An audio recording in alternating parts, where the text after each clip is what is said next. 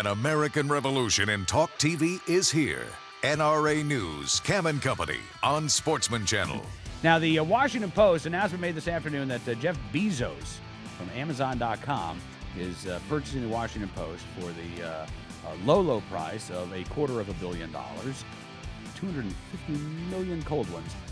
Whether or not this will have any sort of bearing on the Washington Post's editorial position on gun control remains to be seen. I got to say, I kind of doubt it.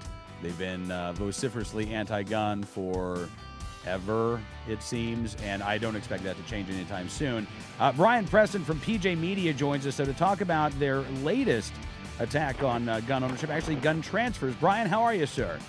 Pretty good, Cam. All right, listen, let's talk about the Washington Post. They're going after online gun sales, and basically what they're going after is the ability to talk to somebody online and say, hey, I've got a gun for sale. Would you like to buy it?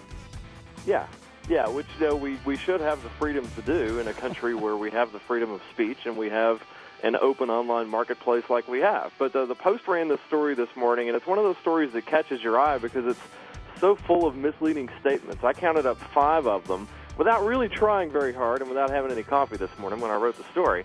And it begins, the piece is written by Philip Rucker, and it begins, the lead sentence is actually misleading when it says the marketplace for firearms on the Internet, where buyers are not required to undergo background checks, ding on that, is so vast that advocates for stricter gun regulations now consider online sales a greater threat than the gun show loophole. Well, anyone who's ever tried to buy firearms online know that in most cases you actually do have to pass a background check. If I were to try to buy a firearm right now from Cabela's.com or Academy.com or Walmart.com or whatever, gun broker, if I'm buying from a federally firearms licensed dealer, then I have to pass a background check. If the gun is going to cross state lines, I live in Texas. If I'm going to buy from a seller in Oklahoma, you've got to pass a background check. Does Philip Rucker not know this? Is this what Jeff Bezos is buying at the Washington Post, a guy that either doesn't know what he's talking about or does and makes misleading statements about it?